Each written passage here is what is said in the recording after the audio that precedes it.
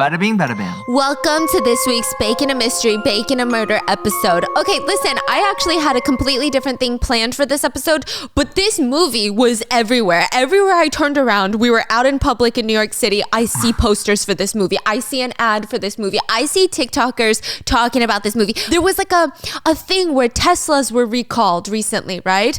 And all the comments are like, leave the world behind, leave the world behind, leave the world behind. This movie has been every single place that I've turned, and I just needed to know what it was about. This movie is actually based on a novel by Ruman Alam. I hope I'm pronouncing that right.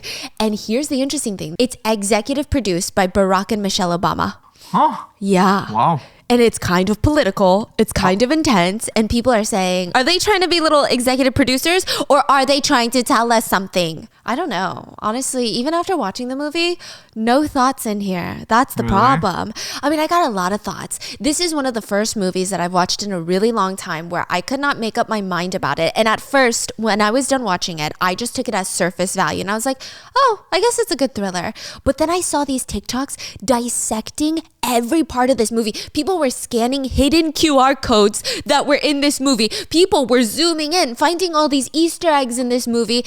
It was absolutely unhinged. I think I need like a whole book club to have someone decipher this movie for me because I can't make up my mind. It's crazy.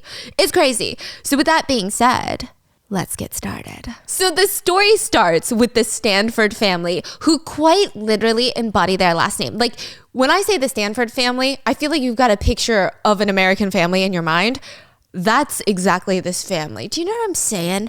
All American family that does pretty well, but they still talk about how they're stressed out about work and budget cuts.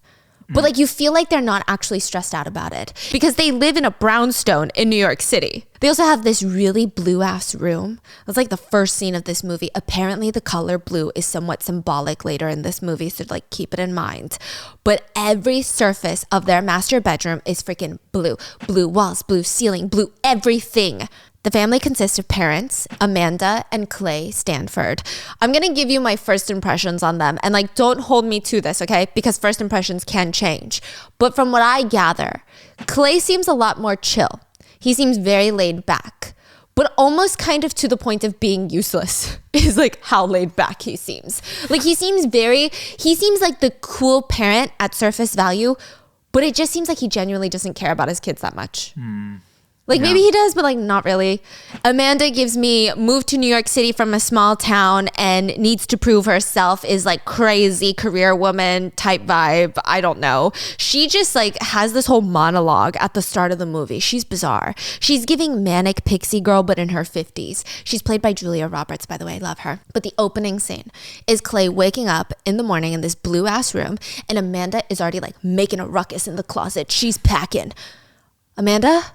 What are you doing, honey? She's like, I'm leaving you. No, I'm kidding. She's like, well, I couldn't sleep and it's been a hell of a year for us. And I feel like all I do is work every day and I don't even realize that that's what I'm doing. And at this point, she's like aggressively stuffing clothes into a suitcase. And then you're constantly anxious from work and all these budget cuts. So I booked us a beautiful house by the beach to go stay at today. It's on the water and it was cheap. This man is barely awake and he's finding out they're going on vacation today. It's like our vlogs. Yeah. Yes. We're going to Korea today. Hey, but you are Amanda, okay?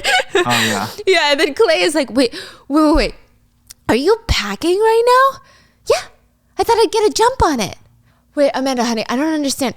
When did you rent a house and what for? Today. I figured if I made the reservation and packed our bags, it would eliminate most of the reasons to say no. She zips up the suitcase. She's ready. Clay's still in bed. The details for the house are printed on your nightstand next to your coffee. The kids are still asleep and I haven't started packing for them yet, but I think that they're going to be really excited about this. Amanda's giving control freak.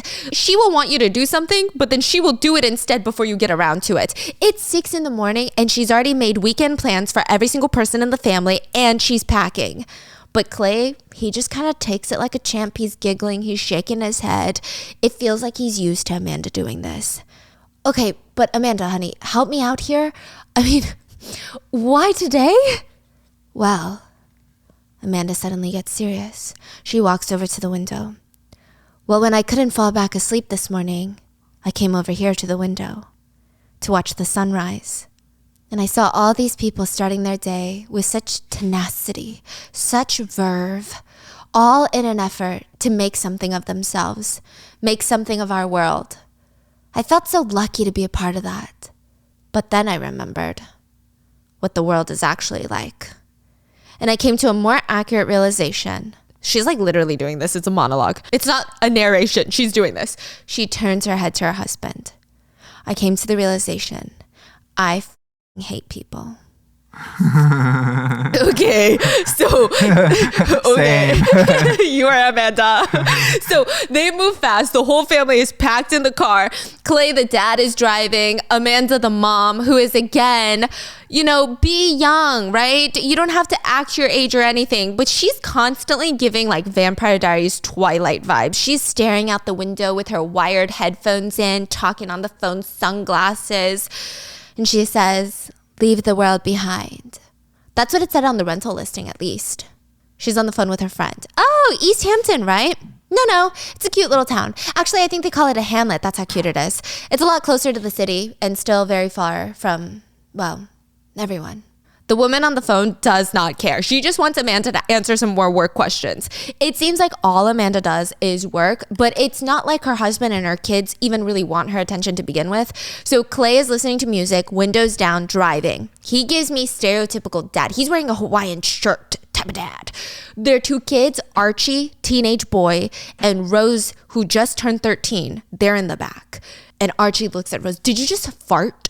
"Archie, come on, let your sister be."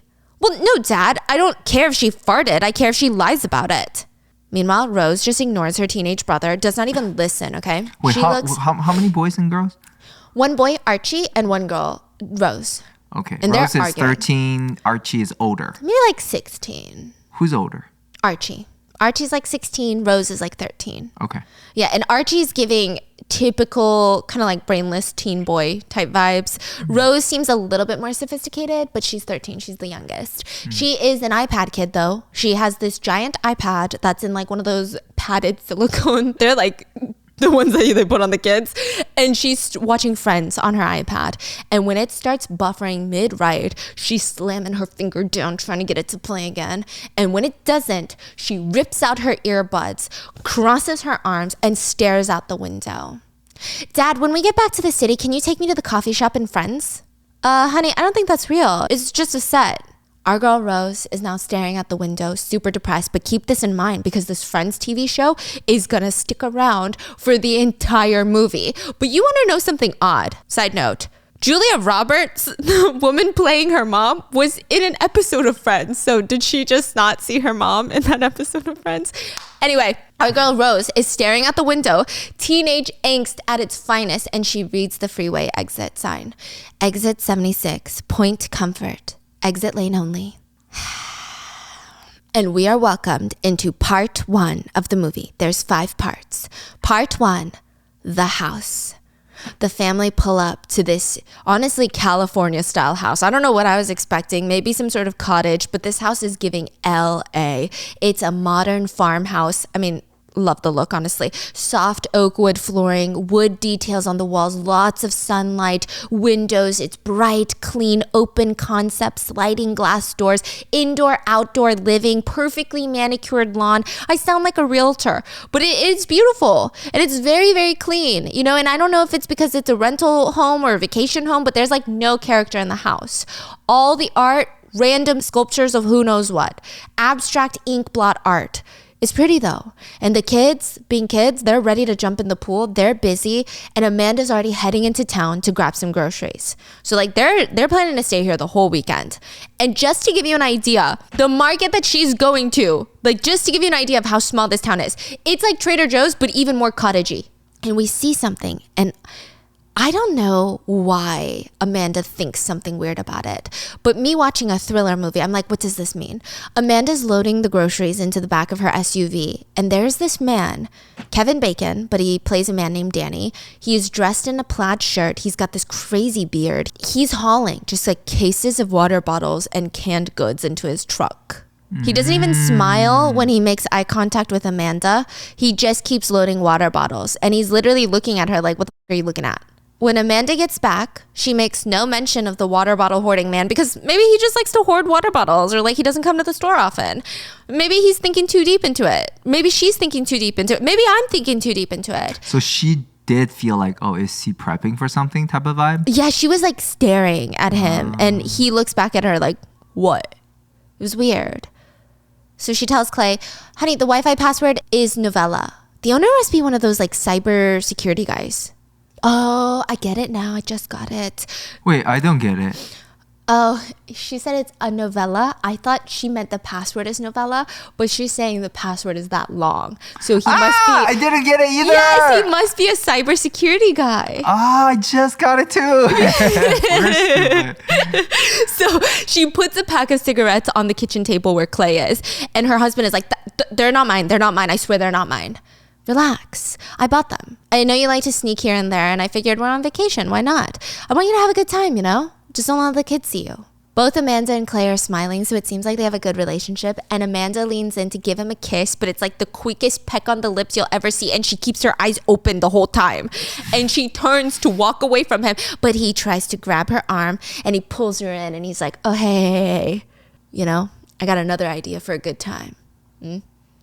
And Amanda's whole smile completely drops. She looks serious. She rips back her arm and just like walks off. So immediately weird.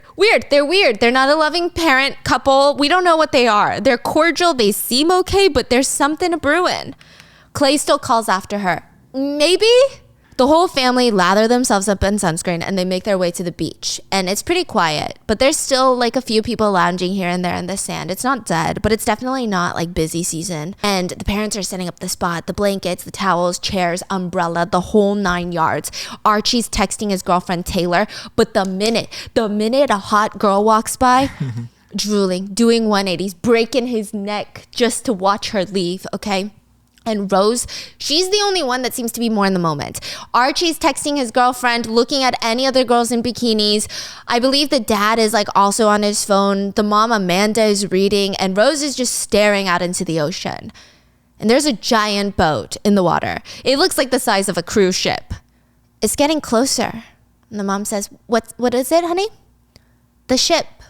And the dad says, oh yeah, she's a beaut. Looks like an oil tanker. Must be a port around here. I read this piece in The Atlantic that says New York has one of the largest natural harbors on the planet. Conversation over. Like the family doesn't really like to talk to each other. Clay and Archie end up napping on their towels. Amanda, the mom, is reading on her stomach. And you see Rose, who seems like she's in a trance, just staring out into the water. You okay, Rosie? Mom, I think the ship is heading towards us. What was that, sweetie? She doesn't respond. Amanda looks up and the boat is practically on their lap and it's not stopping. It's not even honking. It's just quietly coming closer and closer to the shore. Bro. And for some natural selection reason, nobody is moving. They're all just like, yeah, I mean, it's gonna stop, right? Yeah. They're all standing there with their hands on their hips like some Home Depot dads. And Amanda, she immediately starts shaking her husband's leg, like, wake up, Clay. Huh? Clay. He looks up. Wow, it's getting close, huh? You think that's a problem? Nah, come on. It's gotta stop. It's got to. Bro, what would you do? Bro, I immediately move. When you saw it on the screen? Oh, I immediately move. You would have ran. Yeah. I don't think I would have. Did it look that alarming? It did. I don't think I would have ran. I don't think I would have sprinted. I think I would have gradually, slowly grabbed all my things and walked away in time because even the anxiety, why would I can't So it relax. looks like it's going to hit you. It's head on to the shore. Okay, and the boat is huge. Like, have you seen a cruise ship in person? Have you ever stood next to a cruise ship? But it's like an oil tanker, so it's probably even bigger, like one of those shipping container type level of ships. Oh, so it's like come into them and is there other people? Yeah, and they're all like hands on their hips. Home Depot dadding. Yeah, there's a lot of apparently symbolism. I don't know. You can go down multiple rabbit holes. Some people say it's just a movie scene. Some people say like the ship's name is like White Lion and like White Lion means A, B, C, and D. I'm not too intelligent to follow all these rabbit holes, right? But anyway, Clay is like, nah, come on. It's got to stop. It's got to, right? They look at each other and they're like, oh, hell no. They wake up Archie. They grab a few of their things and they just start booking it. They have to leave most of their stuff, but otherwise they were pretty safe. They run to the other side of the shore and the ship ends up beaching. It ends up literally coming into the sand, throwing sand around. People are getting buried in sand. Nobody dies. It doesn't appear that anybody dies, but it was a shit show. And it was weird. It was a ship show. That's so cute. The boat didn't even make a single noise though. It didn't alert anyone. It just beached. It was weird. All the beachgoers, they start heading out and the family see a police officer directing the traffic. Like, come on, this way, this way. And the dad is like, excuse me, officer, do you know what's happened? There's been a number of these groundings up on the coast. Something to do with the navigation system. Sorry guys, I need you guys to keep it moving. Come on, come on, come on. And he just ushers them along. So in the car, everyone is reacting to the situation differently. The two kids, they're watching YouTube videos of the ship beaching. They're like, oh my God, we just experienced that, right? Amanda, she's sitting there and she goes, wow, that was so strange. Oh my God. Ooh, Starbucks, we should stop for some coffee. She literally name drops that company name, okay? Some people thought that was symbolic too. I don't know, okay? Don't come at me, I'm just retelling you a story. I don't know anything. Talk to the Obamas. You got questions, you got to email them, okay? Some people said it was very interesting, like the way that people are reacting to news now. Because like that is something that might have been a topic of conversation for hours, if not days, if not weeks, like your party story for the rest of your life. But now we just all move on so quickly and we're like, ooh, coffee, right? So they get home, Clay's already prepping burgers for dinner. Amanda's trying to get on her laptop to read about what the hell just happened on the beach, but the Wi-Fi is down. The TV is down. No devices are working. Oh my God, yesterday none of our devices were working. Stop it. Okay. And the kids are back in the pool and Amanda's just amazed that they're not fazed by almost being crushed by a boat on the beach. And before Amanda looks away from the kids, she sees near the bushes a few deer. Clay, come here, look. Oh wow, deer. That's a good omen, you know, seeing deer. At least according to some mythology somewhere, right? That night, the kids fall asleep early and the couple are playing Jenga on the dining table while they're getting drunk. And here's what I'm picking up. Clay has a job that he's passionate about. He's a professor, but Amanda probably doesn't care about it. She's the breadwinner. She doesn't even seem to think that Clay's job is really that serious. Like the dynamic is weird. She's refilling their wine glasses and Clay says, hey, you remember that student of mine who was published last year? Maria Miller? No? Well, she wants me to write the foreword to her second book. I mean, you know, she says I'm some kind of huge inspiration. I never know if I'm getting through to these kids and then something like this happens. Shh! Did you hear that? There's like a soft noise. But Clay's like, what? No. Her second book is an exploration of how media serves as both an escape and a reflection, which is a contradiction that she manages to reconcile, you know? Let me tell you, Amanda is not listening to a single thing coming out of her husband's mouth. She is thinking about that bonk. And there it is again. Shh. Someone's here. What does that sound like? Like a thud? Yeah. Amanda's calm though, and she just looks at her husband and says, get a bat. Get a bat. A bat? Yes, get a bat. Why do you think I would have a bat? And then knocking. Clay gets up and grabs a thick cement piece of artwork. I don't know, it was like a prong structure. This is his bat, I guess. I'm sure it's nothing. He goes to the front door. Amanda goes to grab his phone. There is a man in a white and black suit standing on their porch, like not even a suit, a tuxedo. He looks like he just walked off a GQ cover or came back from some sort of gala. And next to him is a younger woman, probably his daughter. They look like father and daughter age. And the man turns around. I'm so sorry to bother you. Clay's standing there alone. Hello, how can I help you? I know it's late. A knock at the door way out here. We couldn't decide if we should knock at the front door or the side door, and this went on for some time. I thought we should try the side door because it has glass and you'd have seen us and known we're just, Amanda shows up. And she's got her cardigan wrapped around her like a freshly divorced suburban housewife. Oh, you must be Amanda. Amanda Sanford, right? Clay's now like, why is this hot man in a tuxedo know my wife by name? He's looking at them insecure, looking at his pajamas, and he's like, you two know each other? And he starts straightening out his posture a little. You two know each other? No, we have not had the pleasure of meeting face to face. I'm GH Scott. Amanda looks confused, and the man's daughter speaks up. George. He's George. That's how it reads in his emails? Oh, right. Forgive me, I forgot. See, this is why I much preferred the life before the internet, because we would have spoken on the phone and you would have recognized my voice and known that this is our house. I'm sorry? This is our house. I'm the George you emailed back and forth with. No, I remember the name. I just, this is your house? The two stare at Amanda and Clay as if they did not just say that. Okay, so to give you context, George and his daughter Ruth are black, and Amanda said it in a very racist way. It wasn't like, oh, why are you here? I rented your house from you. But she was like, this is your house? You think that? You'll see, it continues. It's not just one comment, it continues, okay? Oh my Amanda was giving racist. Like she was giving, I don't even know if this could be categorized as a microaggression. It was just aggressive. They gracefully ignore it, and George says, I'm sorry, you think we could come inside? Oh, yeah, sure, come on in. Get out of the cold, come on. So Clay's nice, Amanda's very skeptical. They enter and they pause in the foyer, and George says, I understand how strange this must be for you. Us turning up like this unannounced. We'd have called you, you see, but the phones are out. Amanda pauses and looks at her phone. Yeah, my phone doesn't seem to have service either. Ruth, George's daughter, the owner of this home, she smirks. It's almost as if we're telling the truth. What? Because Amanda seems very skeptical of them. So Ruth is like, it's almost like we're telling the truth of why we're here and this is our house. And you would think that Amanda would be embarrassed, but she just stares at Ruth like Ruth is the one being weird. Ruth holds her place and she's staring back, arms crossed. So Amanda's... How old is Ruth? Like probably 19. So Amanda's husband tries to come in and does damage control. Clay is like, I'm Clay, by the way. Ruth. And I'm GH again. Clay, nice to meet you. Yeah, why don't we sit down and, talk? The children are sleeping, Clay.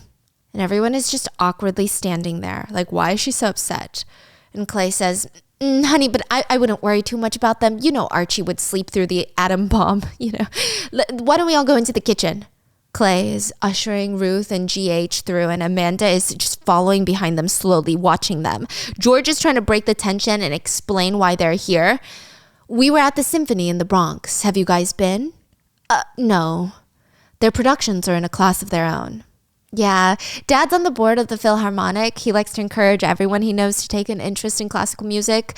So in other words, I'm a very lucky daughter. Kind of making a joke, like, I don't want to sit through this, right?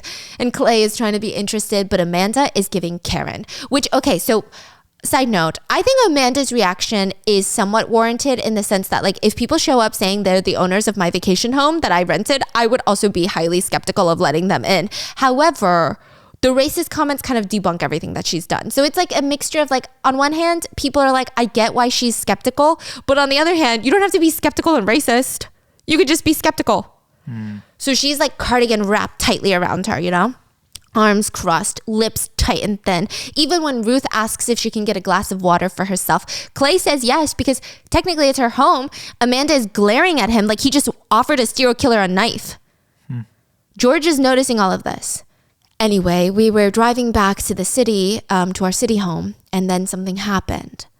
A blackout. A blackout? Yes. Well, the lights seem good here. Everything seems to be working good here. They glance around and yeah, most of the lights are still on, which is, something you would think that our little Karen Amanda would point out, but instead she's watching Ruth staring her down. Ruth is grabbing a cup from the cabinet and she knows exactly which cabinet to open. She walks over to the sink and fills it with water. George, the dad, continues, well, that's exactly right. We thought, well, with everything that's probably going on in the city right now, we didn't... He doesn't know what to say, so Ruth walks over with her glass.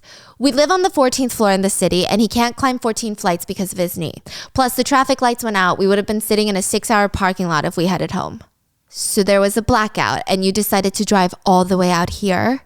These roads are familiar to me. I barely even thought about it. So when we saw the lights go out, I looked at Ruth. So Ruth is now saying, Ruth is now finishing George's sentence. And he said that he would feel better if we stayed here, in our house. Wait, you want to stay here? But we're staying here. Well, under the circumstances, we thought you might understand. Clay responds, yeah, of course. Amanda starts walking over and Clay starts noticing, oh my God, I'm about to get beat up. So he starts changing his message. Yeah, it's just, Amanda takes over. Look, I think what he means, what my husband Clay means, is of course we understand. I know it's a surprise, but we thought maybe if you let us stay. George is very gentle, but Ruth is standing her ground. She's looking at them like, because, it is our house, which is valid, right? Like they could easily kick the Stanfords out in the middle of the night if they really wanted. I'm sure they might get sued, I don't know, or give them their money back, kick them out. They could easily do that, but they're being very nice about it. Like we can all stay here, right? Mm-hmm. George is stammering and he smiles. What my daughter is trying to say is, we want it to be somewhere safe. Well, we're on vacation. We're staying here. Amanda, Clay, we could absolutely refund you your money. You want us to leave? It's the middle of the night. My children are sleeping upstairs. You come in here and you talk about refunding our... I think I need to call the company. I don't even think you can do this. She goes and grabs her laptop like a little Karen and she's like stamping away. And George is like, that's really not necessary, Amanda. And why not? Because we're not asking you to leave. We could refund you, say, 50% of what you paid. And there's an in-law suite down in the basement, downstairs. We could stay there. Now Ruth is confused. Dad, you want us to stay downstairs? But Clay is interested. 50%? Clay walks over to his wife, Amanda. That's a good offer. She ignores him. I think I need to look at the terms and conditions here. Look, I don't feel comfortable staying in this house with people I don't know. It felt like she wanted to say black people, honestly. Like, it was weird. Like, you could just say strangers, but, like, why was there a weird pause? And she says, it's a blackout. It could be over in a couple of hours. George walks over from the kitchen island to the locked wine cabinet in the corner, and he tries to open the bottom drawer with one of his keys, but it won't open. And he tries another, and it still won't open. And he tries another, it still won't open. And he's bent over and he laughs nervously because everyone's staring at him. I should have listened to my wife and had these labeled already. But then click. Here we are. George opens the drawer and there's two things inside. Nobody else can see. An envelope, and next to it is a silver gun. He grabs the envelope and closes the drawer and locks it again. I could give you $1,000 now for the night. That should cover almost half of what you're paying for the weekend. Clay's eyes are big. He grabs the envelope and he kind of shrugs at Amanda. $1,000 is $1,000, honey. Bro, like, you can't act like refund is like making money. He's like so excited. Yes. I'm like, dude, you pay for it. You know that, right? He said girl math, okay? We'll be very grateful. And tomorrow we'll know a little bit more and we can figure this out. Amanda turns to her husband. I think I need to discuss this privately with my husband. And she walks out of there. Clay follows after her, and he catches up with his wife in the master bedroom, and he's sitting on the chair, elbows on his knees, stressed out, and Amanda is pacing the room. Why did you tell them that they could stay? I mean, it's a blackout. What, you think they're lying? I mean, it's a young woman and her father. They look innocent enough. They're strangers. They introduced themselves. They knocked on the door in the middle of the night. Well, would you rather them burst in? They scared the shit out of me, Clay. Well, I think, they were scared too, right? I mean, they didn't know what else to do. Well, here's an idea. Go to a hotel. This is their home. As you know, the girl kept reminding us. Well, we didn't ask for any proof. I didn't hear their car, did you? No, but it's windy. Maybe we didn't hear him. Or maybe they snuck up the road. Or maybe, Amanda, we should calm down a little. I'm sorry. This really doesn't seem like their house. The board of the Philharmonic, I don't know. It just all feels like a con to me. They want to stay here with us? Forget it. I wouldn't be able to sleep with strangers in this house. Rose is right down the hall. What if he sneaks in? I don't know. What if I don't even want to think about it. You don't think he'd want to molest Archie though, do you? And Amanda is like, what are you talking about? I'm just saying I don't like the way any of this sounds, okay? He came here because he doesn't want to climb a flight of stairs. Give me a break. All this feels a little improvised. God, what if it's a scam? What if the blackout and the whatever, that's just all part of the story? I don't think they made that up, honey. I mean, that's probably why the phones and the internet aren't working. And besides, hey, he had the keys. He opened up the liquor cabinet, remember? So what if he had the keys? Maybe he's a handyman and she's the housekeeper. The housekeeper always knows where the stash of money is. And besides, he had his back to us. Maybe he broke into it. Honey, I don't see what he has to gain by giving us $1,000. Why are you trying so hard to believe everyone except your own wife? Something is happening and I don't trust them. I think they're scared. They're scared, nice people who need a place to spend the night. And he tries to hug her to calm her down. And it kind of works. And he says, all right, I'm going to go down there and I'm going to talk to them. And if I get a bad vibe, I'm going to say, nope, we're not comfortable with this arrangement. Okay? But if things are cool, I say we let them stay.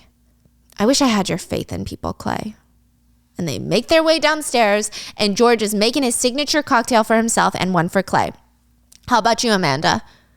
What's in it exactly? Before George answers, Amanda responds, actually, I'll pass. And she snatches her glass of wine off the table. And Ruth is annoyed. Like, she's walking off because, like, geez, like all these microaggressions. But Amanda is far from done. She does not care that she's offending them. She sits down and goes straight into interrogation mode. How long have you been here, George? Oh, bought it almost 20 years ago now. But at this point, it's home, or a home away from home, I guess. We fixed it up about 5 years back. We had a great contractor. A lot of details were his idea. And where in the city do you live? We're on Park between 81st and 82nd. How about you? Brooklyn. Clay is now talking. Sunset Park. Well, it's actually Park Slope. Ah, very nice. That's where everyone wants to be these days. Affordable, too. And you just see Amanda kind of wince at that. Hey, let's go. I think Ruth even looked over there when she was thinking about flying the coop. And where's your wife? I'm curious if you're worried about her in the city. Well, she's on a work trip to Morocco. She's an art dealer, so she travels a lot. Her flight is due back here in the morning, actually. Huh. I see. Could I see some ID, please? Clay is like, oh, Amanda.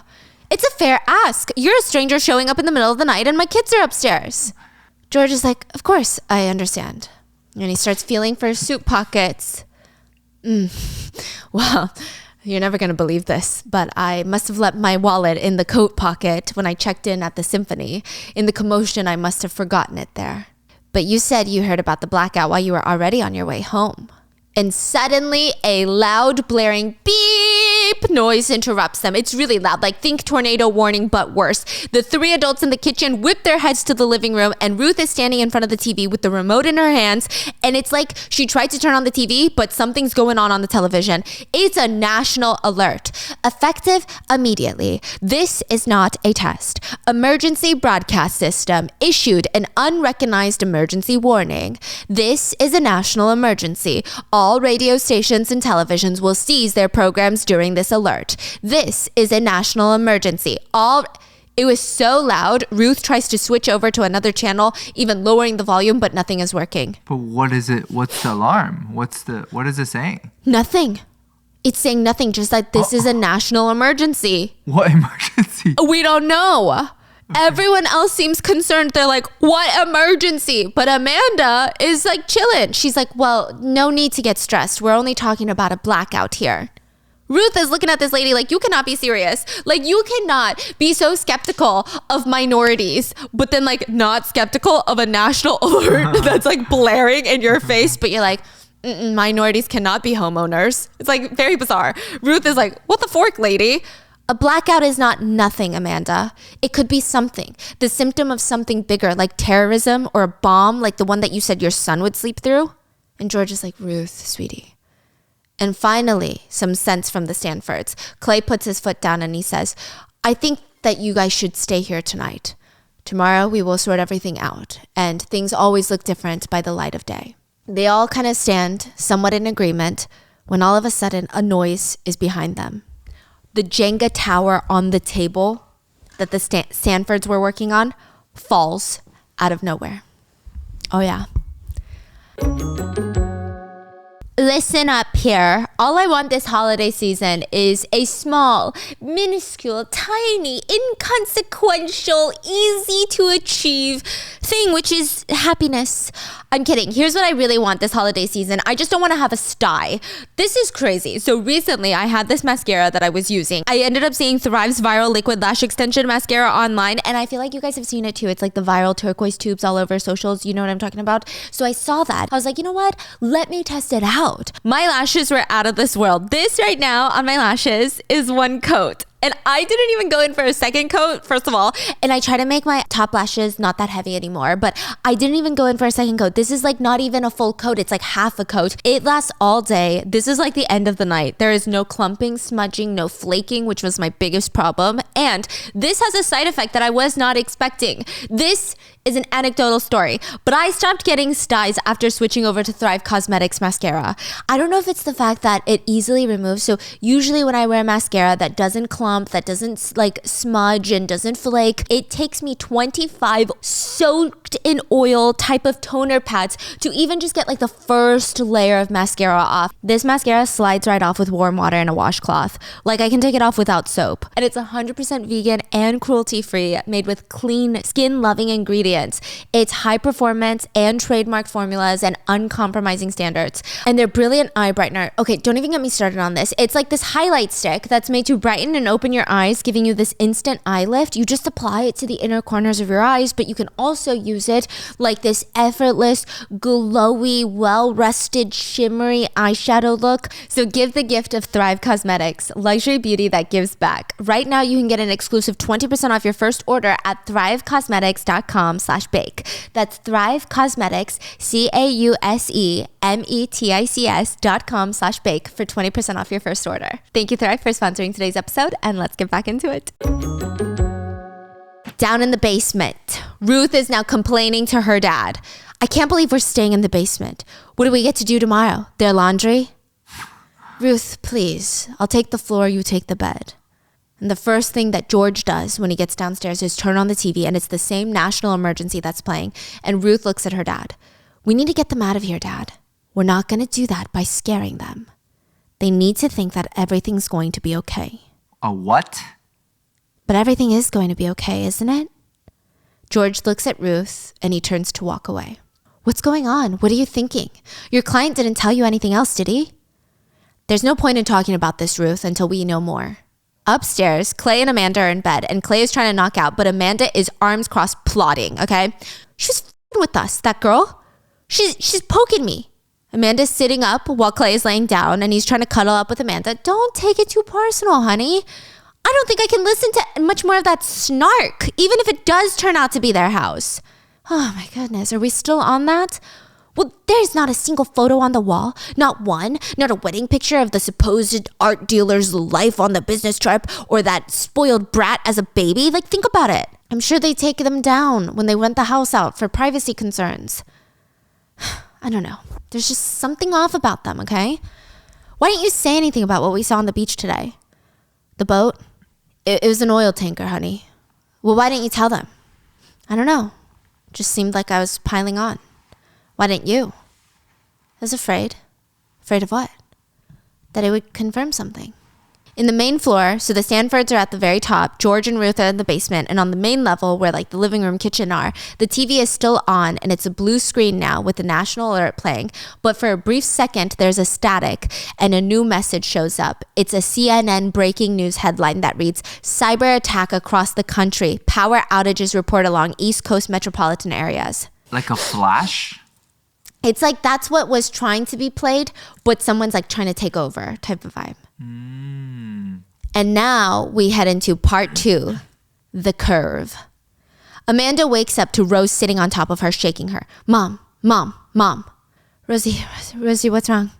Mom, 2 problems. 1, I was literally about to start the Friends series finale, but the internet on my iPad still isn't working. I tried to watch it on the TV because I read somewhere that's like, what are those things called where they like play old things again and again? Reruns, honey. Why did they do that again? I don't know, Rosie. We were really bored back then. Anyways, there's something wrong with the TV. It's all messed up. That's problem number 2. Please fix it. I have incredible anxiety about how they're going to wrap up the show. Don't you think you're taking this a little too seriously, honey? This isn't fair. It's a vacation. Dad said that we're on vacation. We can have as much screen time as we want.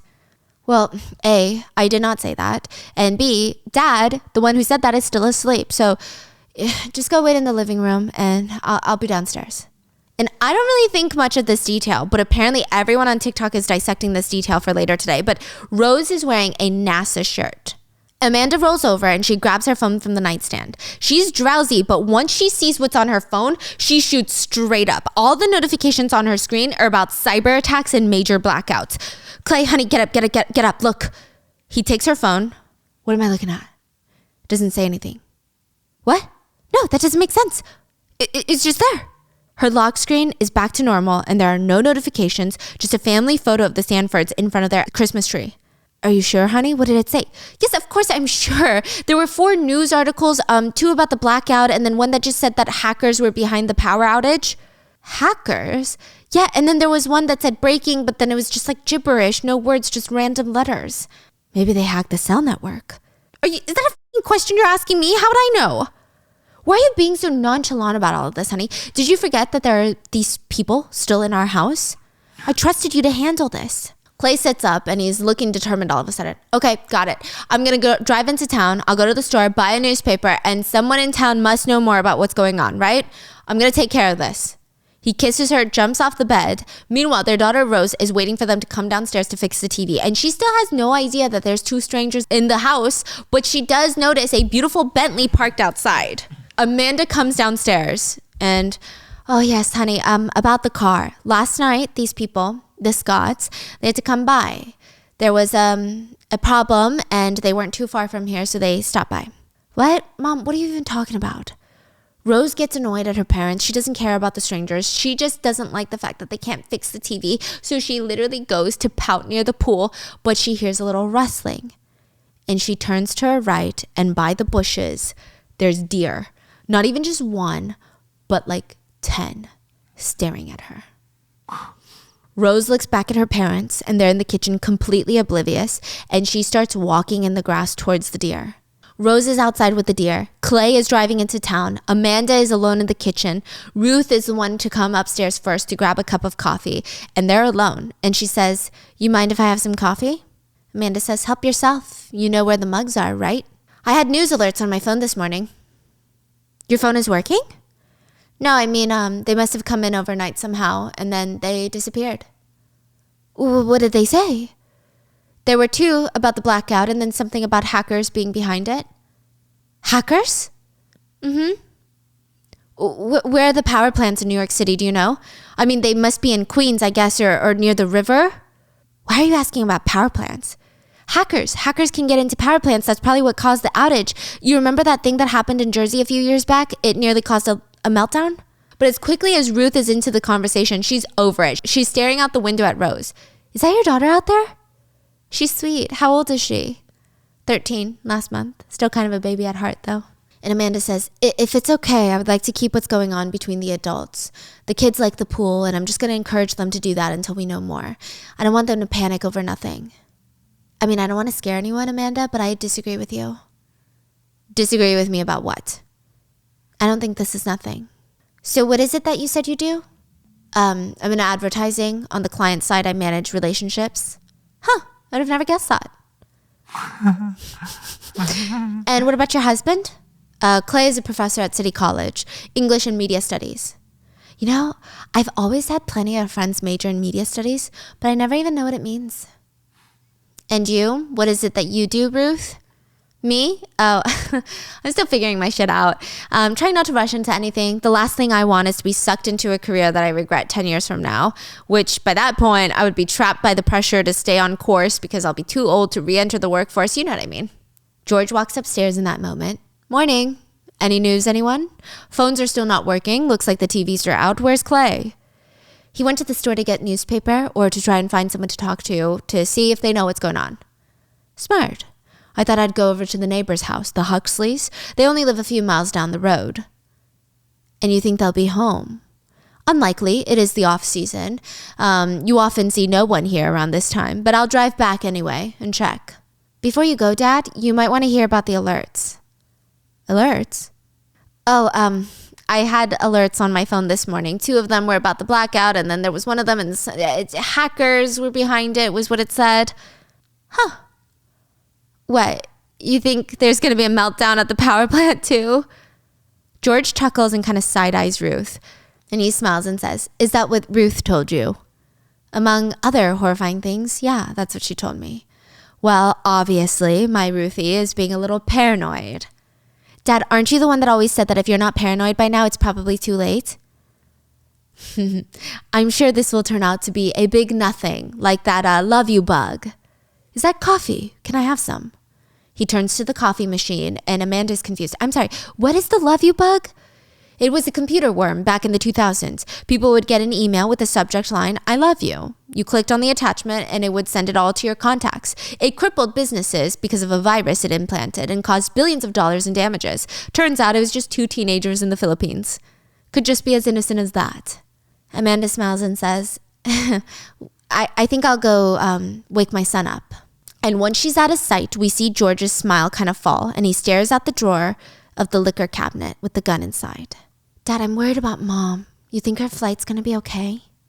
Sure. Matter of fact, I bet she's redirected to some airport in Ohio, and she's probably cussing out every customer service rep until they get her on a plane home. Dad, do you remember the time the 3 of us went to Italy? Yes. And what made you think of that?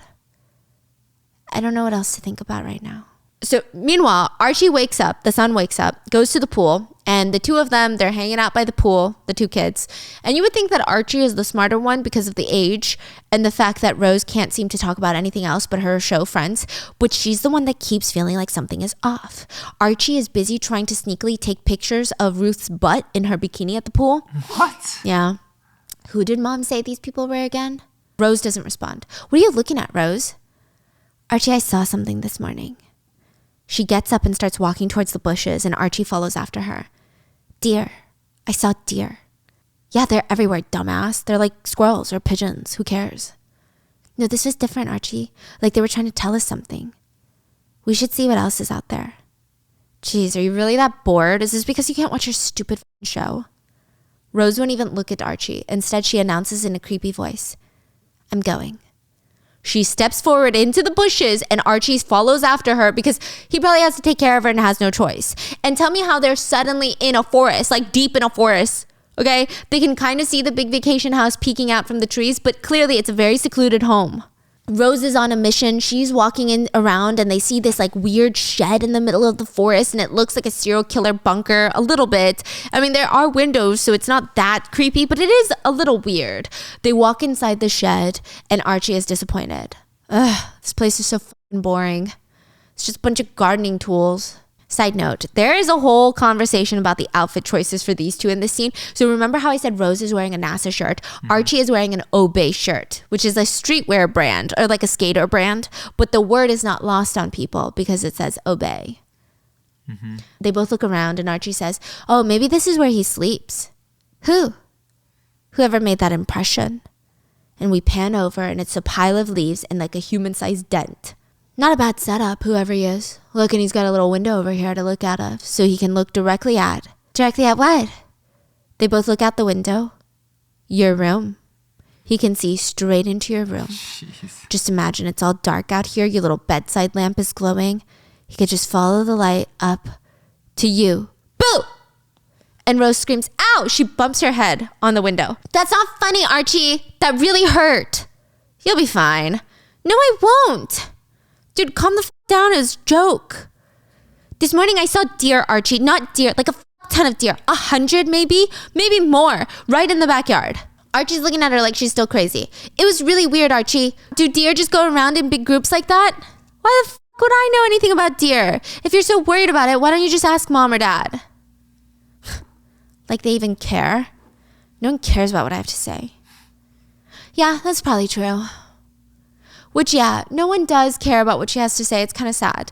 Meanwhile, Clay is driving into town to try and get some damn answers, and he's driving with his windows down this empty country road, literally just trees on both sides. I have no idea where this is. Like, they're saying it's close to the city, but then, like, suddenly it's, like, the countryside. I have no idea. Geographically speaking, I'm lost. But then, like, random shots show New York City in the skyline, so I'm like, where are we? Anyway. It's so rural that there's not even a suburban plaza in sight. And he's trying to fumble with the radio, but no stations are working.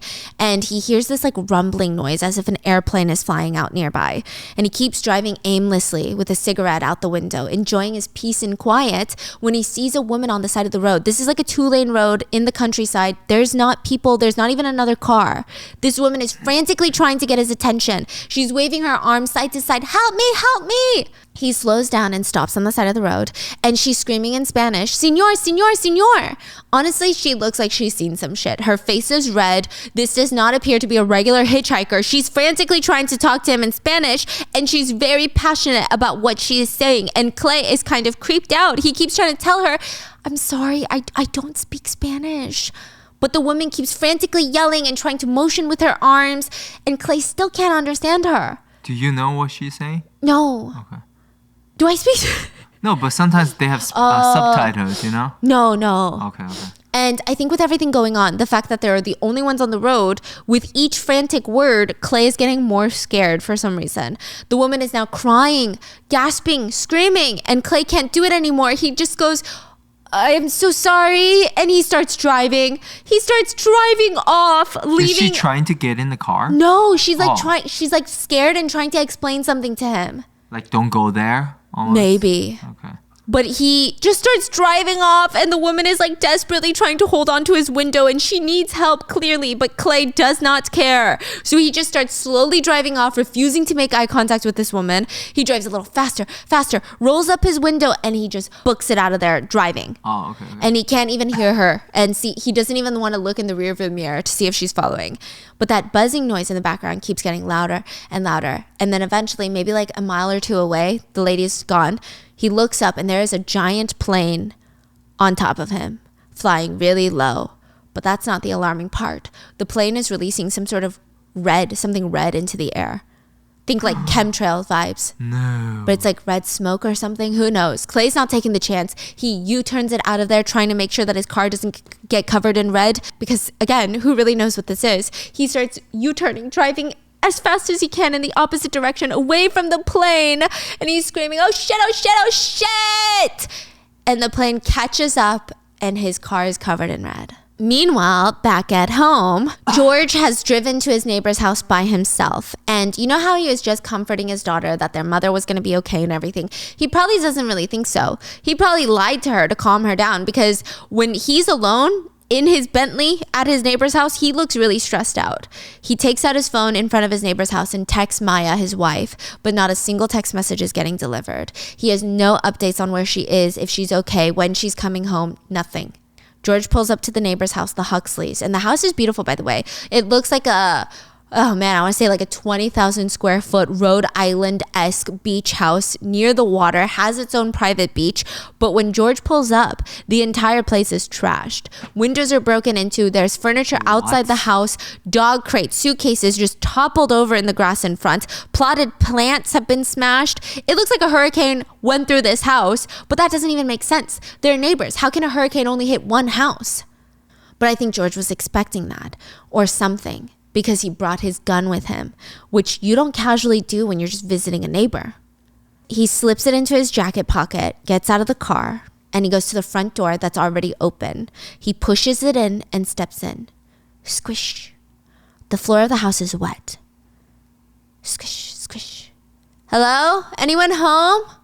It's GH. I let myself in. Outside the house was a mess. Inside is even a bigger mess. He starts digging through the utility closet in the garage, and he finds this black plastic briefcase. He pulls it out and opens it up. Inside is a giant phone, like a brick phone. One of those satellite phones. Do you know what I'm talking about? That you would get if there's like, you need to connect to the satellites. He gets the phone out, extends the antenna, and steps into the driveway, but still no signal. That's weird.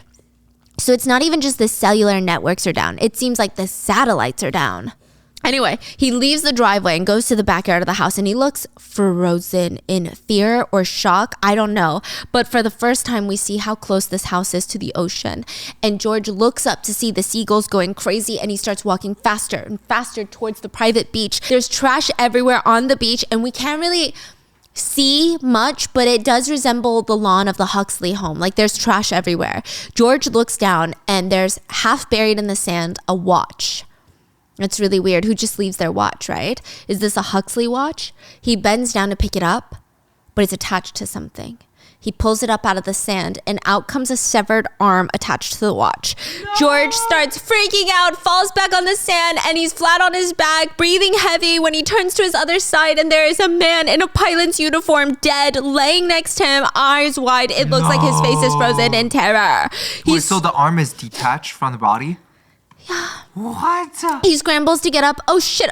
And he starts looking around and there's chairs everywhere. And on them are dead people buckled in as if they're ready for a ride. And he looks to the right and there's a giant plane that's on the beach crashed. What? Yeah. Is it his wife? And then, bzzz, another plane is heading straight towards him. What? He turns and he starts booking it. He barely makes it into the Huxley house when the plane lands on the sand, crashing, and all of the windows burst with debris again. But guess who hasn't gotten the message that the world is ending yet? Amanda. She's too busy being a wine mom and committing microaggressions. She's drinking near the pool and Ruth is tanning next to her and says, "You going into the water?" No. You? No, I don't think so. Seems like a hassle. Why? Because of your hair or? What the heck? Ruth gives her a, "What the fork did you just say?" More like, "I don't trust that one of your kids didn't pee in the pool." Which, like, side note, kids peeing in the pool is like not really an aggressive thing to say. Like your hair, that comment is aggressive. But Amanda looks so disgusted and offended. Like Ruth is so rude. She says, "They wouldn't do that." And yet we really can't know, can we? Next to them is Rose's iPad. The screen is frozen during the scene of the show Friends. Your daughter watches the show Friends? Watch is far too weak of a word. More like worships. What? Don't get me wrong, I watched it too, but it's almost nostalgic for a time that never existed, you know? Amanda doesn't really say much. She tries to change the subject. "I hope the kids didn't wander too far from here." And in come the Sanford kids. They're walking out from the bushes and Archie stops. Oh, fuck. He looks down and there's a bug attached to his ankle, sucking his blood. He reaches down and pulls it from his skin, throwing it. There's like mucus and blood everywhere. Ew. Meanwhile, Rose spots another deer. "Archie, will you please look?" What are you talking about? Yeah, Archie, there's another deer. Look. When he finally looks, the deer is gone. "We should go there, follow the deer." "No. That. I'm hungry. Come on, let's go, Rose." He starts walking off and Rose looks up and there's like a flock of geese just flying over them. "Rose, I said let's go." Rose snaps out of it and runs inside with Archie. George has now come home and he doesn't even look shaken up. He looks defeated, like there's no hope in anything anymore. He's sitting there soaking wet in his suit, hands in his lap, staring at Ruth and Amanda. Ruth finally breaks the silence. "So, Dad, are you going to tell us why you're soaking wet?" "I fell in the pool." "You fell in the pool?" "I tripped over something." "Yeah, I fell in the pool." "What were you doing near the pool? I thought you were looking for Rich." "Honey, do you mind grabbing me a change of clothes and getting me something to wear? I'm afraid this is the only change of clothes I had downstairs." Ruth doesn't want to go, but because she can tell her dad is lying, but she has no choice. So she leaves to grab him a pair of clothes. And Amanda is sitting there. And George says, "I saw it, you know." "What? You saw what?" "A while ago, before all this happened, I looked at the market and I knew something was coming." "What do you mean?" "In my line of work, you have to understand the patterns that govern the world. You have to learn how to read the curve. Spend as long as I have doing it, it can help you see the future. It holds steady. It promises harmony. It inches up or down. You know, that means something." "Cheech, why are you telling me this? Did your neighbor say something to you?" "No. He wasn't home, but he has a satellite phone I thought could help us. I tried to use it. It didn't work even though it had enough battery. The only reason why it wouldn't work is that our satellites got knocked out of commission." "Our satellites? You think something happened to our satellites, the ones in space?" "Satellites are network computers down here." So you think the hackers or whatever knocked out our satellites? Don't you think we're maybe getting a little carried away? I mean, maybe you just didn't use the phone right." "I saw a plane nosedive out of the sky into the ocean, and it wasn't the first." We see Ruth hiding behind the wall, listening in. I no longer think this is just a couple of teenagers in the Philippines. Amanda sighs, and then there's a rumble. What the was that? It's like the house is shaking. Earthquake. What the And then what sounds like bombs start going off in the distance. The house rumbles again, and Amanda starts looking around for her kids. Where are my kids? And then there's this almost frequency, high-pitched noise that's literally so loud, probably emitting from all their devices, and it's really bad. Everyone, Amanda, George, Ruth, they all grab their heads to cover their ears, but it still hurts. They're literally wincing in pain. But it's not just in the house, it's also outside in the woods too. Archie and Rose, they stop walking and they double over in pain as they're trying to hold their heads together. And side note, Archie has slower reflexes, so he listens to it a second too long. And then we enter into part 3, the noise. Everyone's gathered back at the house. Well, minus Clay. I don't know where Clay is, okay? And just to describe how bad the noise is, one of the windows of the house has a crack in it. It didn't break, but it has a crack. They're all shaken up, and Archie says, I should have covered my ears sooner. Now my head feels weird. Ruth tries to comfort him, and the kids are told to go upstairs while the rest of adults, including Ruth, because she's an adult, they're going to think about what to do next. When the kids are finally upstairs, Amanda whips around to George. Since you're the one with the crystal ball, what the hell was that? Was that a bomb? A missile? So they're just walking around holding their ears? Well, the frequency stopped. Oh, Yes, I see. sorry. Ruth, who has an obsession with power plants, says, could have been a power plant explosion. Ruth, we don't know anything for certain. Well, you, George, seemed pretty certain a minute ago with your haunting soliloquy. Nothing has changed. Nothing's changed. Everything has changed. And we're sitting here like I don't know what. Is this it's sitting ducks or sitting, waiting to be shot? I mean, nothing changed in terms of what we do. We wait for Clay to come home and see what he's learned from town. Should I drive to town and look for him? We should fill the bathtubs with water. Are there enough batteries and Tylenol and food and the generator and one of those hand-cranked radios and a straw that makes it safe to drink water or something? I think that we shouldn't do anything until Clay comes back. What if he's not coming back? Ruth tries to reason. My dad is right. We're safe here, so we should just stay here and sit tight. How do you know that we're safe? I mean, when you don't even know what is happening to us, how do you know? Maybe it was what was that, 10 Mile Island? I mean, there are power plants there, aren't there? 3 Mile Island, honey. Yeah, maybe a power plant. Why are you so obsessed with power plants? You're right, Amanda. Ruth, we should not speculate. Stop saying that! I just want someone to tell me what you're thinking. There's the blackout, and then you see planes crashing, and George goes quiet and glances at Ruth, who's looking at her dad yeah, you should have told me that. Why didn't you tell me that? What? You didn't tell her about the planes? She's an adult, George. You cannot protect her just like you cannot protect me right now. The satellites aren't working, the phone's not working, and then the noise, and then what? What happens next? Amanda, everything I know, I have told you. I don't believe you. I haven't believed you the minute that you walked in through that front door. Golly, I wonder what about us makes you so mistrustful. Ruth, please. You always think you know what you're talking about, Ruth, don't you? Amanda, well, ain't that the pot calling the kettle black? George is trying to calm the two women down. Ruth! But Amanda has already moved on. She's sitting down now and she says, oh my God, he knew. Who knew? At the market, the town yesterday, there was a guy in the parking lot. He was buying cases of water and canned goods. He knew this was going to happen. Bearded guy, probably wearing an old cowboy hat. How did you know? Danny. He's the contractor I was telling you about that helped with our house. I wouldn't read into it. He's a self-proclaimed survivalist, doomsday prepper. That shopping list was probably a typical weekend for him. While they're talking, we see the front door open and Clay walks in. His body language is interesting. He's calm. He's not running, just leisurely walking, but he looks like he's seen a ghost. Jesus Christ! What happened? I was so worried, Clay.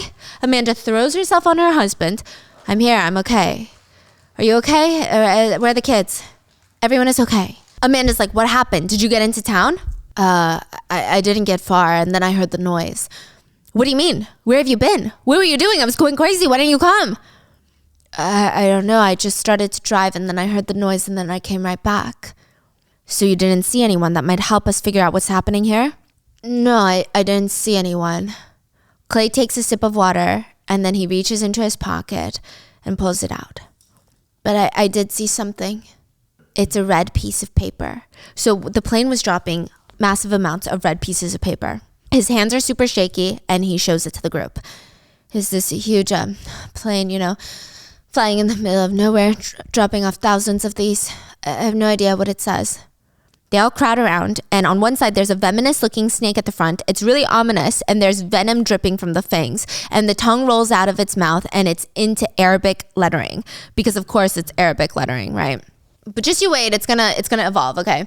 The Koreans get involved, yeah. Anyway, George flips it over, and there's a whole paragraph in Arabic, and they're all staring at it confused. What the hell does this mean? And Archie stands in front of them. He came back downstairs. The son says, "Death to America." They look up and Archie has, what? "Death to America." Here, let me see it. I mean, I don't know what the rest of it says, but this part on the snake definitely means death to America. I remember it from a video game that I was playing. They're all silent. Nothing about this makes sense. If they were attacking us, why would they advertise it like this? Death to America is where the Sanfords draw the line. Not the plane crash, but a red piece of paper. I mean, I will give it to them. It is creepy, right? But the Sanfords immediately start packing up their bags and speed packing them into the car in the driveway. They're like, maybe this shit is only happening on the island, right? So George, I mean, who wanted nothing to do with them, he feels like this is a bad idea. I mean, I think that the worst fears have been confirmed. Whatever this may be, it's not good. And I don't think he can, in good conscience, let them leave. This is the safest place to be right now. But the Sanfords are still getting in their car. And George is trying to explain, like, it's not even English. What's the point of this? Like, let's just stay. There's no point. But they don't care. They hop in their car and they drive off. They're speeding away in their family van, trying to stay positive. They're going to go to their sister's house, who's not in the city. She lives in Jersey, but they have to get through the city to get to Jersey. And Amanda's saying, if we hit traffic, at least we'll be able to talk to some people, see if anyone has any information on what's going on. It's crazy that we haven't seen anyone yet. Clay's like, I'm sure we'll see someone as soon as we hit the highway. Phones could work in New Jersey. The truth is, we don't know anything that's going on outside of this island. They could have internet. The phone lines could be okay. We'll look back at this and laugh, I guarantee that. The vacation from hell. Exactly. Things get funnier with time. Isn't that what they say? I think they say it a little bit differently, but you know what? I know what you mean, Amanda. And Rose is staring out the window. Sirens. Sweetie, what? Sirens. You just hear what sounds like beeping noises. Amanda just kind of ignores it, and they pull up onto the freeway, or like the lane that leads into the freeway, which is a small two-way lane, right? Just two lanes. And in front of them, it's jam-packed bumper to bumper with white sedans. No lights on, both sides of the street. I mean, all white sedans trying to head out of the island into the city. And it looks super congested. Not even congested. It looks like someone parked a ton of identical cars next to each other on the middle of the road. What the fork? Amanda turns to her husband. You stay with the kids. I'm going to go take a look. She starts walking towards the cars. And here's what's weird about the whole thing, right? Why would there be so much traffic out of a small town like this? And why are all the cars so similar? White sedans? She walks closer and closer, and she realizes they're not all just white sedans. They're all white Teslas. And they're all empty. And the reason that they're all parked, sitting there, they've all slammed into each other. It's a massive pileup of Teslas, but nobody's driving. Maybe they were, and they're gone now. I mean, we don't know. Amanda starts weaving through the cars, and Clay is watching his wife from the car, and he's starting to feel anxious. The whole situation is weird. You know what, kids? I'm going to go with your mom. Sit tight, okay? He hops out. Honey, you see anyone? There's nobody here. But the whole thing gets weirder. She looks down at the cars and they still have their dealership stickers on the window. Why would brand new cars be parked on the road, crashed into each other? These aren't even residents that tried to get out of the island and then left their abandoned cars. They're new cars from the dealership. The license plates aren't even registered. They all just say Tesla. They're all brand new. What'd you say, honey? They're all brand new. Clay whips around and behind him there's the sound of another car speeding towards them. Clay's like, oh, whoa, someone's coming, honey. Hello, hello. He starts waving his arms around like one of those stranded island people. Like, when you're stranded and you're like waving at a plane. Right. Anyway, but Amanda is trying to analyze this bizarre car accident situation, and she keeps investigating, going from car to car. And one of the dealership stickers reads in big, bold letters, Tesla full self-driving capability. Amanda stares back at Clay, then back at the dealership sticker, then back at Clay. The car that Clay is trying to flag down right at them to save them, a brand new white Tesla. Amanda starts booking it back to the SUV. Clay, get in the car. Well, shouldn't we talk to them? Get in the fucking car right now. Clay listens, hops into the car. What are you doing? Shouldn't we flag them down? Maybe they know something. He's being ignored. Amanda does not have time for his shit. Like, keep up, man. Amanda throws the car in reverse, shifts out of the way just in time, and she screams, "There's no one in the car!" And the Tesla crashes into the pile of Teslas in front of them. She U-turns it back into the island to drive back to the vacation home. And the whole time, there's more Teslas flying at them. And one thing is clear, there's no way out of the island. And now we enter into part 4, the flood. Ding dong. The door to the vacation mansion rings. George opens the front door to the Sanfords. They look completely helpless. George silently invites them in, and they just sit in silence around the kitchen for a minute. Amanda says, "What if we went to a shelter? Does the military have a bomb shelter or a base around here? I mean, do they have to have those things ready for emergencies like this?" "I don't know where those would even be. Even if I did, you said all the cars came off the lot. If they did that to every dealership, the main roads are likely clogged up. We'll stay here until we know more." How much more do we need to know? We're probably in the middle of a war zone. People are likely dead. We need to make a plan. We can't just sit here and do nothing. We need to go somewhere. Clay is like, "He's right, honey. It's too dangerous. We stay here tonight, and then in the morning, maybe what? Maybe, I don't know, okay?" The whole group is frustrated with the fact that none of them have a genius plan to get out of this. So they all separate, and at night, shit starts going down again. Ruth goes to the master bedroom to find Clay kneeling by the bathtub. "What are you doing?" "Filling up the tub. That's what they say to do, for water." "Do you vape?" "Not really. I mean, that's like a marijuana, right? I mean, I know they got different kinds now, like fruit flavors or..." "Yeah, marijuana. Do you vape?" And we see the two of them sitting outside in the backyard by the campfire, and Clay is vaping from Ruth's pen, and it's quiet. And Ruth breaks the silence by turning to Clay and says, "Have you ever f***ed one of your students?" Clay chokes on the smoke. I can't believe you just asked me that. I mean, is that what I look like to you? Like that kind of guy? You look like the kind of guy whom things come easy to, especially women. Well, I guess that's a compliment, I guess, right?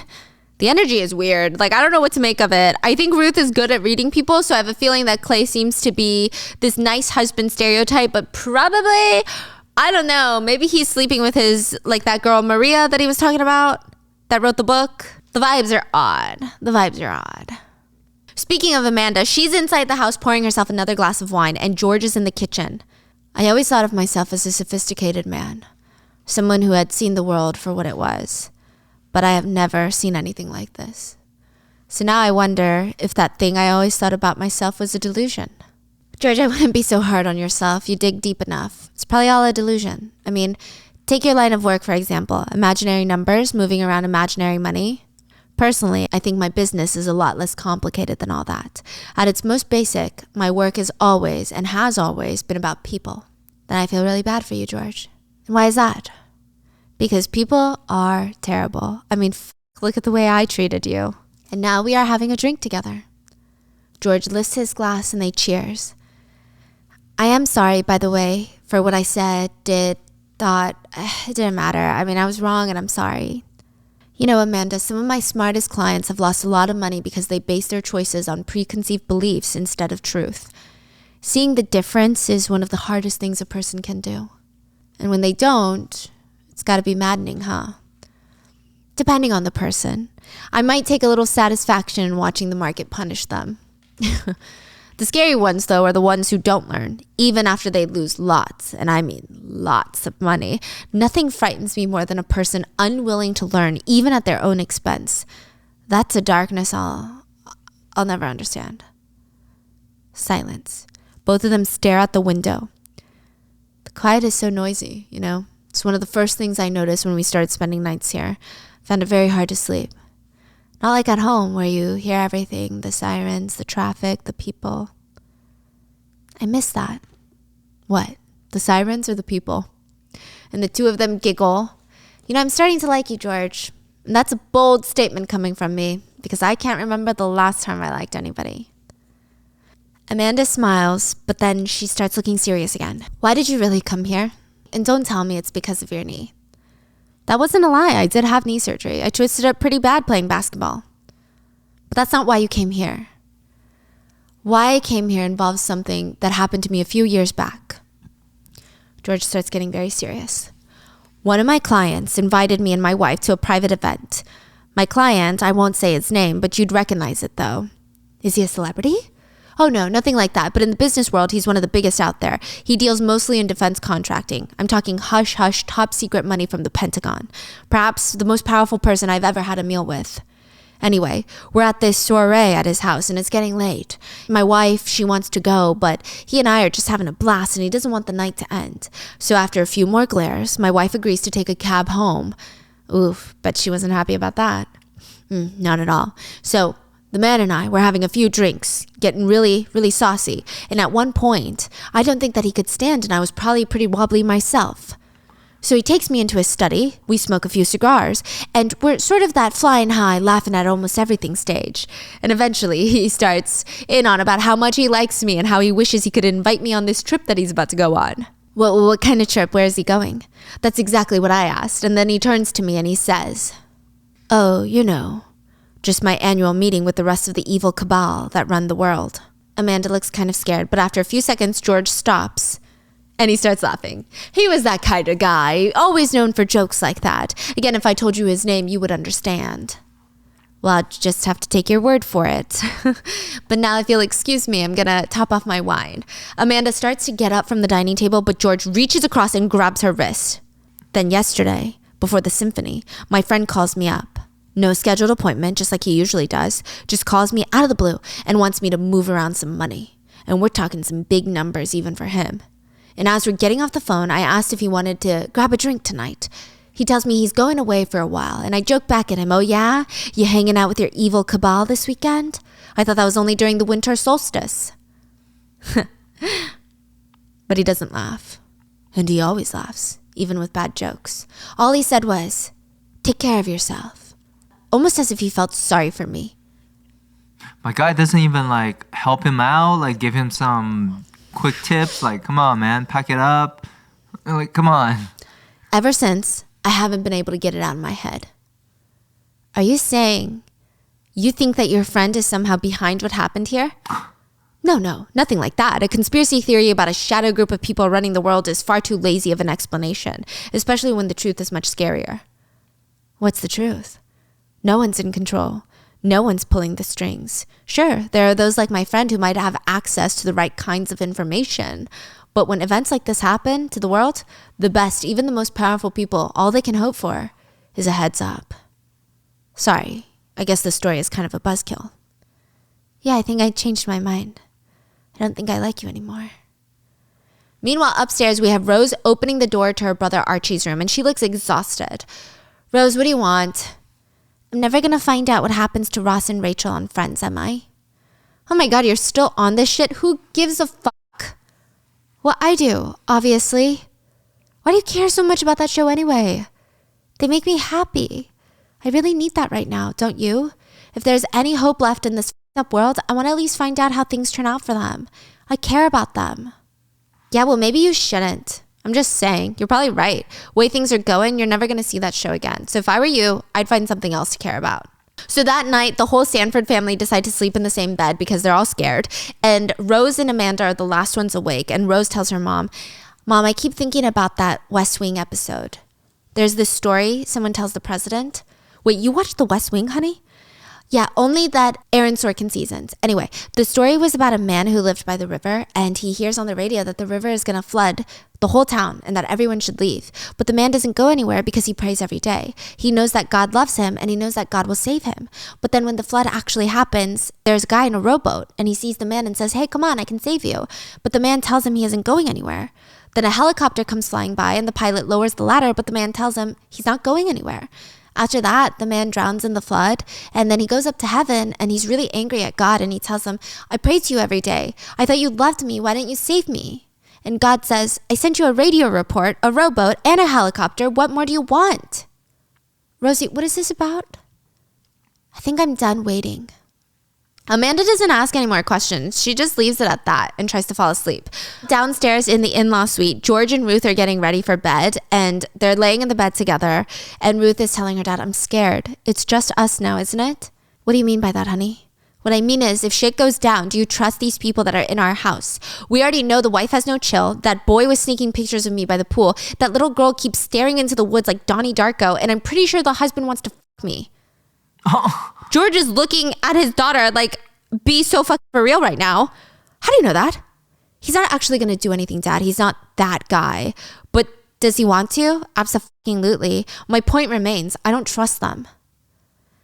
I'm not going to let anything happen to you if that's what you're asking. I'm asking for you to remember that if the world falls apart, trust should not be doled out easily to anyone, especially white people. Even Mom would agree with that. Okay, sweetie, I got it. Do you? Because we're sleeping in the basement of our own home for the second night in a row.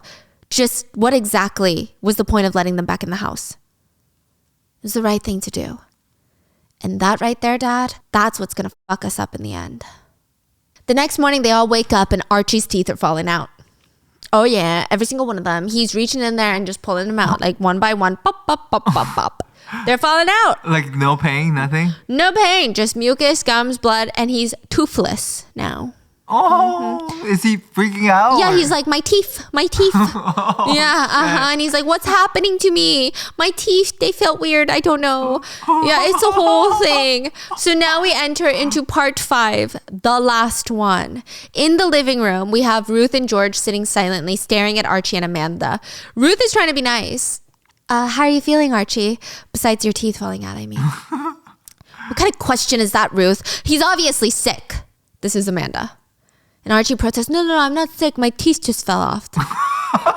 Archie mutters, maybe it was the bug that bit me. I don't know.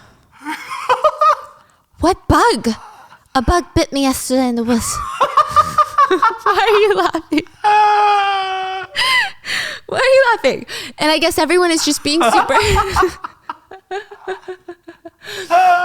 So they decide that they're going to take Archie to go meet up with the contractor, the doomsday prepper, because he probably has some medicine. What the hell? What were they doing the whole time? Exactly. So the plan is George and Clay are going to take Archie to the contractor. Amanda is going to go look for Rose because they haven't seen her all morning. She's missing. Yeah. I don't know. It's a whole thing. She's missing. And Ruth is probably going to help Amanda look for Rose. That's the plan. While Amanda and Ruth are looking for Rose, they have like a little bonding moment where Amanda fesses up that she's mean to everyone because she works in marketing, and like marketing is all about analyzing people and she sees the bad in people. I don't know, it's kind of dumb. She's just mean. I don't know what to say, right? That's not really a good excuse. She's just mean and kind of racist. But they do have a moment where Amanda does save Ruth from a bunch of deer that want to attack Ruth. It was like a whole thing. It was kind of weird. So they're over it. They're fine now. And they're still just looking for Rose in the woods. And they see kind of like these bike trails that lead to a neighbor's house, like a red brick house. So just keep that in mind. Meanwhile, George, Clay, and the son, they arrive at the contractor's house. And it looks like a colonial style house, right? There's an American flag out front, a security camera pointed directly at them. And out comes Danny. It's the man in the hat. He's wearing like the cowboy boots and everything. He looks very American. And George is kind of explaining the situation, apologizing for, bothering you. But the world is ending and we just need some meds. Danny whips out a shotgun. Oh, shoot. I'm going to need you and your comrade to step off the porch and stand by your vehicle. Whoa, what? Off the porch and by your vehicle. George looks so confused and betrayed, but he does what he's told. What can I do for you? We're just checking in on you, Danny, seeing if you know anything about what's going on out there. And hi, I'm Clay. My family rented from George. GH, we're from the city. Wow, that's a lucky break for your family. Imagine what a shit show the city must be right now. I gotta be honest with you, though. I'm surprised you guys are even out. We came out here because my son needs help. He's vomiting. He's lost his teeth. They fell out. We can't explain it. It's his teeth, huh? It's gotta be something with the noise. You know something about the noise? Well, it's not dissimilar to what happened to Cuba a while back. Microwave weapons, they call it, produces a kind of radiation that can be beamed out through sound. Some people lost their teeth there too. Outside of that, the only other thing I know for sure is there's not a lot of information getting out, so I assume it's a war. The beginning of one, anyway. They've been saying there's a lot of chatter. This has to be what they were chattering about. Chatter? What do you mean chatter? Danny smiles and chuckles. You gotta read the papers deeper than page 1, buddy. The Russians recalled their staff from Washington. Did you even notice that? Something's afoot. Now, what it is exactly, I don't know. Maybe this is just as much as we're ever going to know. Maybe we just need to sit tight, be safe, pray, whatever works for you. George is trying to get them back on topic. Well, Danny, it's like Clay said, his son isn't doing well. We're going to need more than just prayers. And knowing how primed you are for these kinds of situations, we're thinking you might have some medicine that's going to be able to help him. What I got isn't your business. Danny, come on now. It's me. George, we know each other. We're friends. That's the old way, George. You're not thinking clearly. Danny, what are you saying? You're telling this man we're not going to take care of his son? Nothing makes a whole lot of sense right now. And when nothing makes sense in the world, you got to do what's rational. And that's protect my own. What you do, that's your business. I thought I was doing the right thing by bringing them here. Now, if you have some medicine that can help me, Clay interrupts George. Well, we can pay. What do you say, $1,000? Cash might not mean much if the government falls. Clay looks confused. Well, the whole network's down. My credit cards aren't going to work. There's no Venmo or Apple Pay. I mean, cash might be the only thing that means something, right? Please, my son's sick. He needs your help. He's 16. You're in a difficult position. I get it. I would do anything I had for my family. His hand grips his shotgun tighter. So that's what I'm doing. I'm locking my doors. I'm waiting. I'm watching. And I'm getting my gun. Other than that, I don't have any answers for you guys. I'm going to go back inside my house now. I'm going to say goodbye and good luck. You come out again, you're welcome to stop by. But I can't offer you much more than conversation right now. I suggest you try your neighbors, the Thorns. They did a basement conversion on the down low a while back. No permits or nothing. A buddy of mine worked on it. He wouldn't even show me the plans. Now you ask me, that's rich asshole talk for Doomsday Bunker. Come on, Danny, you can't desert us like this. Danny continues smiling. Haven't you been picking up what's going on out there, George? We've all been deserted. All due respect, I would like all of you to get off my property now. George steps forward and he pulls out his gun and he's pointing it. There's like a shotgun, a gun, and Clay is screaming, what the f*** is going on right now? I promised this boy's mother I'd get him some help. The only thing you're helping him is a quick death unless you lower your weapon. GH, just put your gun down. We'll find another way to the hospital. There is no other way, Clay. Besides, he's not going to shoot us. Danny cocks the shotgun. It sounds like he's going to shoot us. I'm telling you, he's bluffing. The f*** I am. Clay jumps in and he's like, hold on. And I guess it works because the next scene we see Clay shaking out blue oval pills into Archie's hand and Danny sitting on his porch smiling. I guess an old-fashioned barter system was to be expected at some point. Clay, what? Like a barter system where you start trading. Oh, what did they trade? That's why Clay whispers, it's still cash, so it's not really a barter system. He gave him $1,000 for some Advil. What the? Danny's now sitting on his porch feeling relaxed. Hey, I got another tidbit for y'all, free of charge. What a plot twist. What the hell? All that for what? I don't get it. Okay, anyways. Danny's like, hey, I got another tidbit for y'all, free of charge if you want it. It's the Koreans behind all of this. It's Stephanie. Koreans? What makes you say that? Just trust me. It's the Koreans. Or the Chinese, one of them. Oh, shit. George looks at Clay, and Clay nods. He digs in his pocket and approaches Danny with the red paper. I was driving around yesterday. There was a big drone dropping these everywhere. It means death to America, so we're thinking Iranians. He says it like that, painfully American. But it has a snake on there, right? Yeah, and it's in Arabic. I think it's like probably like Voldemort or something. Yeah, and it's probably just like a teenage kid like around, okay? Yeah. I remember hearing something on NPR once about Iranians' cyber capabilities. Danny puts on his little reading glasses and he looks at the paper and smirks. What's so funny about that? Before the phones went out, I heard from a friend of mine in San Diego about a similar event. Planes dropping pamphlets, except they were in Korean or Mandarin. Like I said, he couldn't tell which. But seeing as he did 4 tours in Iraq, he sure as shit would have known if it looked like this. He hands it back to Clay. We made a lot of enemies around the world.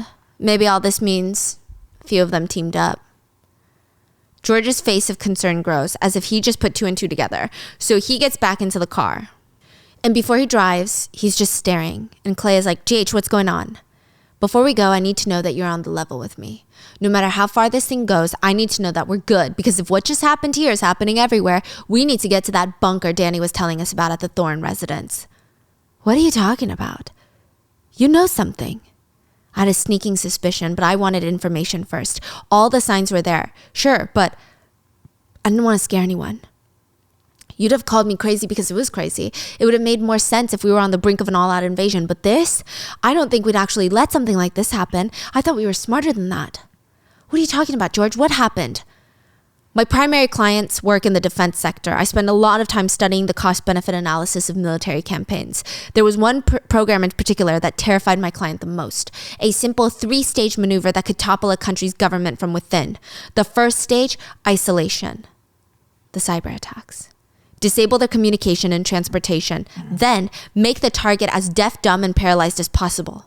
Setting them up for the second stage, synchronized chaos. Terrorize them with covert attacks and misinformation, overwhelming their defense capabilities, leaving their weapon systems vulnerable to extremists in their own military. Without a clear enemy or motive, people will start turning on each other. If done successfully, the third stage will happen on its own. What's the third stage? Coup d'etat. Civil war. Collapse. The program was considered the most cost-effective way to destabilize a country, because if the target nation was dysfunctional enough, it would, in essence, do the work for you. Whoever started this wants us to finish it. And George is rushing to the Thorne residence in the car. Meanwhile, the Thorne residence is this red brick house, and the door is bright red. Everything looks normal, except for... So the Sanford's house was all blue. Mm-hmm. This house is all red. Mm-hmm. Like, the house is all red brick house. The door is bright red. And like I said, every other house in this neighborhood so far looked like that LA or that colonial style. So it's like really red. And even the inside hallways are all red. And the plaque on the door says the Thorns. And inside we hear this aggressive crunching noise. And we see Ruth sitting alone at the head of a fancy dinner table eating snacks. Just eating up all the snacks. What? She pauses, gets up, and enters the all red hallway. Not a wine red, not a pink red, red. And at the end of the hall, she sees this steel door. Hope begins in the dark is the sign. It's like a bank vault. She starts cranking it and it opens. It's a 5-inch steel door. She opens it up and turns on the switch. Commodus Survival Shelters made in the USA. The dial clicks on and it's like a whole new house in there. It's a bunker.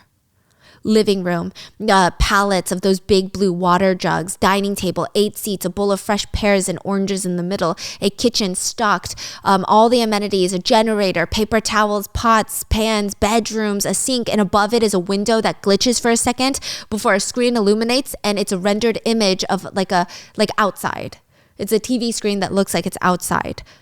There's plants, like ingrown plants for, veggies and stuff like that, mattresses with fluffy sheets, there's a washer and dryer, a gym equipment, a fully rigged electrical system, a pantry that looks more like a Trader Joe's. It's insane. There's security monitors with a message on there that reads, "Emergency alert. White House in major cities under attack by rogue armed forces. Elevated radiation levels detected by multiple population centers. Seek immediate shelter." And Rose is standing in the middle of the bunker. It's beautiful. And one entire wall is filled with DVDs. There's a giant movie theater size screen. And she goes and pulls one out and slides the DVD in, and she sits down and clicks from the menu, the last one. And we hear the Friends intro come on. And she smiles as the screen goes black. Okay, so Rose found it first? Yes, but it seems like all of them are going to get there. Okay, so they're all gonna yeah be sitting in there and... Yeah, so there's a lot of different ways that people see this movie. Some people see it as just a movie and they're like, okay, it wasn't like the best movie and the ending was kind of like, right? Some people see it like that. Some people see it as like, the Obamas are warning us about what's about to happen. And then that didn't help because immediately after, like, Teslas were recalled, there was like a software update that needed to happen. And then like a ship like docked or something. It was weird. So then people are like, see, it's happening. And then there was a power outage in New York City right after this movie. 200 people's powers went out, but then people were like, see, it's happening. But then people were like, it's 200 fucking people. I mean, like, yeah, it sucks, but like, it's 200 people, we'll be fine. And it's like a whole thing. So some people think this is what's gonna happen, and then you have a group of people that think it's already happening. Like, we're all already turning on each other. So like, whoever's doing this is just like the dramatized version of it. Like, we're already turning on each other. So and then we're all turning on each other, and rose tinted glasses. So Rose, her name is Rose, and she just keeps looking for the escape, like we all do on social media, like just looking for an escape from what's going on in the world. And it's like the only thing that makes her happy. Yeah. And then she is the one that is catching on to all these things, like the deer, the boat, everything. And she's like wearing the NASA shirt. Some people think that it's observant. Some people think like it's ahead of the curve and knows something we don't know. And her brother was wearing the obey shirt. So it's like the contrast of the different types of people in the population. Like some people who are constantly observant, and the people that are taking a back seat. Got it. And just focused on their smaller scale life events. Why is there so many deers? Oh, migration patterns were disrupted by something. Yeah. Maybe it's also symbolism, like nature will take over or something.